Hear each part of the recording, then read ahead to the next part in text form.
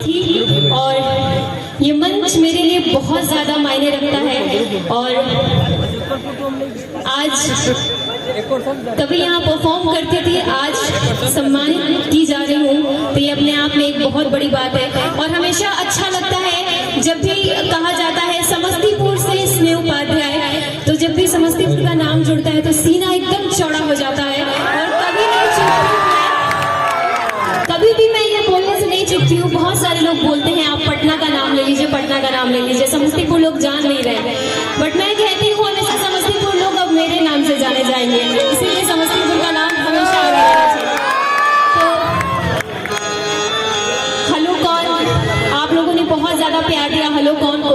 भोजपुरी का, इनफैक्ट हिंदी का बहुत कम गाने हैं, आज वो गाना 1 बिलियन होने वाला है, अपने आप में एक बहुत बड़ा इतिहास हो चुका है। तो एक बार किसने किसने हेलो कौन सुना है?